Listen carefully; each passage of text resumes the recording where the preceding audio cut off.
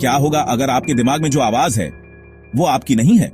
सोचिए, वो आवाज जो आपको सबसे ज्यादा अपनी लगती है, जो आपके हर फैसले, हर डर, हर उम्मीद में शामिल है। अगर वो किसी और की हो, क्या आप खुद को पहचान पाएंगे? हम सभी के पास अपनी एक इंटरनल मोनोलॉग होती है, एक ऐसी आवाज जो हमें खुद से जोड़ती है, हमारे विचारों को आकार देती है। ये आवाज कभी दोस्त बन जाती है, कभी आलोचक, कभी गाइड, तो कभी रहस्यमयी अजनबी। एक साइलेंट साथी जो जन्म से लेकर मृत्यु तक साथ रहता है। ये वो साथी है जो सबसे गहरे डर और सबसे छुपी हुई ख्वाहिशों का गवाह है। हम उसके बिना खुद की कल्पना भी नहीं कर सकते। लेकिन जरा सोचिए एक पल के लिए कि कोई और आवाज इसमें शामिल हो जाए, एक फॉरेन एंटिटी, आपके दिमाग की पवित्र जगह में एक टेनेंट। वो जगह जो सिर्फ आपकी थी अब साझा हो गई है। हमारी कहानी यहीं से शुरू होती है, धमाके से नहीं, बल्कि एक फुसफुसाहट से जो एलियन भी लगती है, और अजीब तरह से जानी आइडेंटिटी भी, जैसे कोई पुरानी याद जो कभी थी ही नहीं, अचानक लौट आई हो। आप कौन हैं अगर आपके विचारों का जोड़ नहीं? अगर कोई बाहरी चेतना उस पर्सनल सेंक्टम में घुसपैठ कर सकती है, तो आपकी फ्री विल का क्या बचता है? क्या आप अब भी वही इंसान रहेंगे या आपकी पहचान बदल जाएगी? अंजलि एक साधारण लड़की थी, एक ऐसा चेहरा जिसे आप भीड़ में भूल जाएंगे। मुंबई में एक शांत, प्रेडिक्टेबल लाइफ जी रही थी। उसकी दुनिया सीमित थी, ऑफिस, घर और कुछ करीबी दोस्त। उसे ऑनर्डर पसंद था। उसका दिमाग एक साफ, वेल केप्ट रूम था, जब तक एक अनइनवाइटेड गेस्ट नहीं आ गया। उसकी हर चीज अपनी जगह थी, हर सोच पर उसका कंट्रोल था। लेकिन अब सब बदलने वाला था। जब एक नई आवाज ने अपनी प्रेजेंस बताई तो वह सटल थी। एक हल्के रोशनी वाले कमरे में फैली एक परछाई, एक ऐसी प्रेजेंस जिसे समझने से पहले ही महसूस किया गया।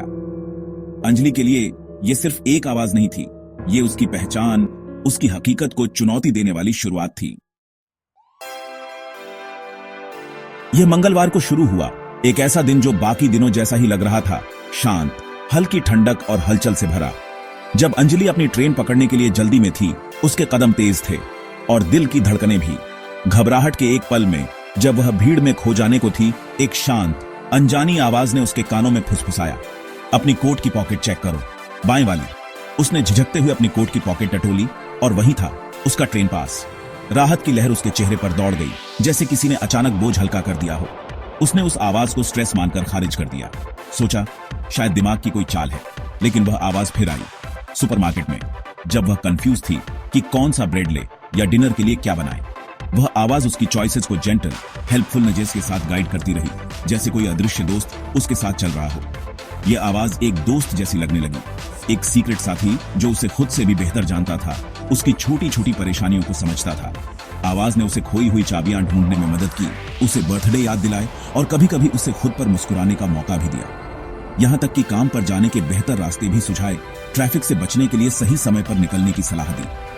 धीरे धीरे वह उस आवाज पर निर्भर करने लगी, उसकी सलाह का इंतजार करने लगी और कभी उसके सोच पर सवाल नहीं उठाया।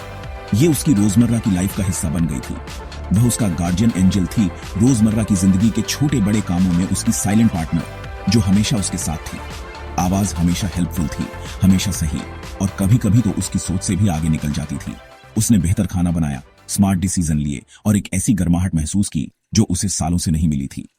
उसकी लाइफ में एक पॉजिटिव बदलाव आने लगा था। आवाज उसका सीक्रेट थी, एक डिलाइटफुल क्वर्क जिसका उसने वेलकम किया, जैसे कोई मीठा राज जो सिर्फ उसी का हो। उसने कभी नहीं सोचा कि यह कहां से आई या क्यों आई। उसके लिए यह बस एक मददगार साथी थी। क्यों सोचती, जब कोई चीज इतनी सच्ची, इतनी दयालु लगे, तो क्या फर्क पड़ता है कि वह कहां से आई। कभी कभी सबसे प्यारी मदद वहीं से आती है जहां से हम लीस्ट एक्सपेक्ट करते हैं। बदलाव सटल था। आवाज के सजेशन इंस्ट्रक्शन बन गए। ब्लू ड्रेस पहनो, इस ब्रांड की कॉफी खरीदो, वह किताब पढ़ो। अंजलि ने बात मानी। उसकी जिंदगी मशीन जैसी एफिशिएंसी से चल रही थी। उसने काम में एक्सेल किया, अपने बॉस को इंप्रेस किया और कभी कोई डेडलाइन मिस नहीं की। लेकिन उसे डिटैच्ड महसूस हुआ, जैसे अपनी ही जिंदगी में एक पैसेंजर हो। उसकी अचीवमेंट्स खोखली थीं। फिर आवाज ने मांग की, प्रिया से दूरी बना लो, वह एक नेगेटिव इन्फ्लुएंस है। अंजलि हिचकिचाई। प्रिया उसकी सबसे पुरानी दोस्त थी। नहीं, उसने सोचा, लेकिन आवाज ठंडी थी। यह रिक्वेस्ट नहीं है, यह तुम्हारे भले के लिए है। इंटरनल कॉन्फ्लिक्ट थका देने वाला था। उसकी लॉयल्टी आवाज के चिलिंग लॉजिक के खिलाफ थी। आवाज ने तर्क दिया कि प्रिया उसके इनएफिशिएंट पास्ट का अवशेष थी। आगे बढ़ने के लिए सैक्रिफाइस जरूरी थे। अंजलि जागती रही। आवाज का लॉजिक अंधेरे में गूंज रहा था। बेनेवोलेंट गाइड एक क्रूर रणनीतिकार बन गया था।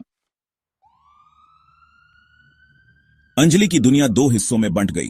बाहर से वह सफल थी, पंक्चुअल, ऑर्गेनाइज्ड, एडमायर की जाने वाली। अंदर से वह एक खामोश जंग लड़ रही थी। हर एक्शन से पहले कंट्रोल के लिए बातचीत होती थी। उसकी रियलिटी की समझ खराब हो गई। क्या आवाज असली थी या एक टूटे हुए दिमाग का लक्षण?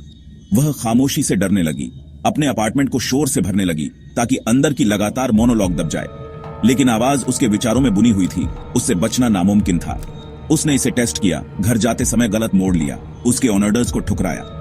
तेज रफ्तार मोटरसाइकिल से बाल बाल बचने के बाद वह हिल गई। मैं तुम्हें प्रोटेक्ट कर रही थी, आवाज ने कहा। मेरा रास्ता ही इकलौता सेफ रास्ता है। क्या यह संयोग था या आवाज सचमुच सर्वज्ञ थी? इस घटना ने उसके रिजॉल्व को तोड़ दिया। वह पहले से कहीं ज्यादा कंफ्यूज्ड और डरी हुई थी। आवाज की मांगें बढ़ती गईं, मोरल टेरिटरी में घुसती गईं। अब ये सिर्फ छोटे छोटे समझौते नहीं थे, ये उसकी आत्मा की परीक्षा थी। हर दिन हर रात वह महसूस करती थी कि उसकी सोच पर किसी और का कब्जा हो रहा है, जैसे कोई अदृश्य ताकत उसके फैसलों को धक्का दे रही हो। काम पर उसने उसे एक कोलीग की कॉन्फिडेंशियल फाइल चुराने के लिए उकसाया। यह कोई मामूली बात नहीं थी, ये उसकी ईमानदारी और प्रोफेशनलिज्म के खिलाफ था। लेकिन आवाज ने उसे यकीन दिलाया कि ये एक जरूरी कदम है, एक ऐसा मौका जो दोबारा नहीं मिलेगा। कमांड शांत थी, जैसे यह बस एक और हेल्पफुल सजेशन हो। आवाज की टोन में कोई जल्दबाजी नहीं थी, कोई डर नहीं, बस एक ठंडा तर्कसंगत दबाव जो उसे धीरे धीरे अपनी ओर खींच रहा था। अंजलि पीछे हट गई। यह चोरी थी, एक ऐसी लाइन जिसे वह कभी पार नहीं करती। उसका दिल जोर जोर से धड़क रहा था, जैसे उसकी अंतरात्मा उसे रोकने की पूरी कोशिश कर रही हो। नहीं, उसने फुसफुसाया, लेकिन आवाज ने जोर दिया, तुम्हारी सक्सेस सबसे इंपॉर्टेंट है। उसने खुद को समझाने की कोशिश की कि यह सिर्फ एक बार है, लेकिन अंदर से डर और अपराधबोध बढ़ता जा रहा था। कमजोर लोग मजबूत लोगों के लिए सीढ़ियां हैं। आवाज ने उसे याद दिलाया कि दुनिया में सिर्फ वही आगे बढ़ता है जो रिस्क लेता है, जो दूसरों की परवाह किए बिना अपने लिए रास्ता बनाता है। उसकी महत्वाकांक्षा कुछ बदसूरत चीज में बदल गई। उसके वैल्यूज खतरे में थे। वह खुद को पहचान नहीं पा रही थी। क्या ये वही अंजलि थी जिसने हमेशा सही रास्ता चुना था? वह खड़ी थी, लकवाग्रस्त, अपनी अंतरात्मा और आवाज के लगातार दबाव के बीच फंसी हुई। हर सेकंड उसके लिए एक नई जंग थी, हर सांस में डर और उलझन। आवाज ने सक्सेस की जबरदस्त तस्वीरें पेश की, अपने कोलीग को एक बाधा के रूप में पेश किया। उसने उसे दिखाया कि अगर वह ये कदम नहीं उठाएगी तो उसकी सारी मेहनत बेकार हो जाएगी। उसका रिजॉल्व टूट गया। उसने खुद को उसकी डेस्क पर पाया, हाथ माउस पर कांप रहा था। उसकी उंगलियां जैसे जड़ हो गई थी, लेकिन दिमाग में आवाज गूंज रही थी, करो अभी। हर इंस्टिंक्ट चीख रही थी रुकने के लिए, लेकिन आवाज ने उसे शांत किया, इनाम का वादा करते हुए। उसने खुद को समझाया कि यह उसकी आखिरी परीक्षा है और अगर वो इसे पार कर लेगी तो सब ठीक हो जाएगा। यह एक टेस्ट था, उसने कहा, और वह फेल होने का जोखिम नहीं उठा सकती थी। उसकी सांसें तेज हो गईं और उसकी आंखों में डर और उम्मीद दोनों झलक रहे थे। सही और गलत के बीच की रेखा धुंधली हो गई। आवाज जीत रही थी। अंजलि के लिए यह सिर्फ एक रात नहीं थी, यह उसकी आत्मा की सबसे बड़ी लड़ाई थी, जिसमें हारने का मतलब था खुद को खो देना। ऑफिस की घटना के बाद अंजलि की एंजाइटी नई ऊंचाइयों पर पहुंच गई। आवाज की मांगे हेल्पफुल से करप्ट हो गई थी। वह इस डर में जी रही थी कि वह आगे क्या मांगेगी। उसका अपना शरीर उसकी इच्छा के खिलाफ एक हथियार जैसा लग रहा था। इंसोम्निया, बुरे सपने और आइसोलेशन उसकी रियलिटी बन गए। आवाज ने उसकी यादों को मैनिपुलेट किया, अपनी कंट्रोल को सही ठहराने के लिए उसकी इनसिक्योरिटीज का इस्तेमाल किया। दोस्तों सिर्फ निराशा ही देते हैं, मैं ही अकेली हूं जिस पर तुम भरोसा कर सकती हो। उसकी दुनिया उसके अपार्टमेंट, उसके ऑफिस और उसके कानों के बीच की घुटन भरी जगह तक सिमट गई। अनइनवाइटेड गेस्ट अब घर का मालिक था। एक सुबह अंजलि ने शीशे में देखा और एक अजनबी को देखा। उसकी आंखें, उसका चेहरा, फिर भी एक्सप्रेशन ठंडा, कंट्रोल किया हुआ, एलियन था। आवाज खामोश थी, जैसे अपने काम की तारीफ कर रही हो। यही तुम अब हो, उसने कहा। Strong, focused, better. अंजलि को लगा कि उस पर हमला हुआ है, उसका पुराना सेल्फ मिट गया है। वो अपनी परछाई से बचने लगी, अपने बंदी के चेहरे से डरी हुई थी।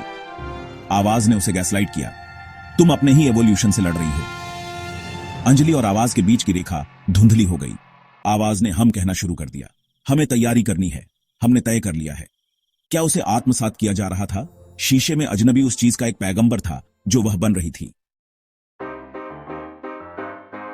अंजलि के दिमाग के लिए जंग अदृश्य थी, लेकिन अथक थी। बाहर से वह एक्सेल कर रही थी, प्रमोटेड, रेस्पेक्टेड, सक्सेसफुल। हर जीत एक हार जैसी लगती थी, आज्ञाकारिता का रिवॉर्ड।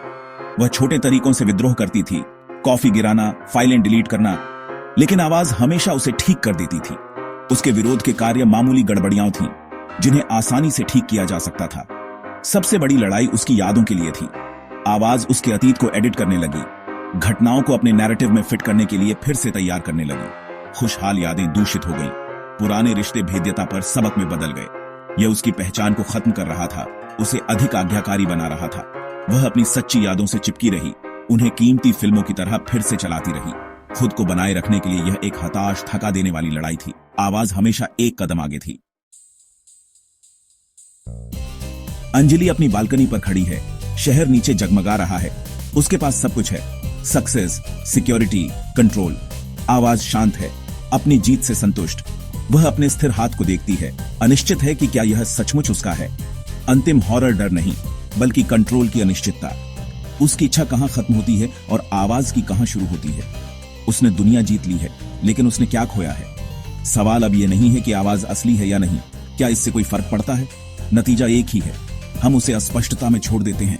एक सफल महिला, एक खामोश इकाई और उनके बीच का विशाल अज्ञात स्थान। क्या आपका दिमाग अभी भी आपका है?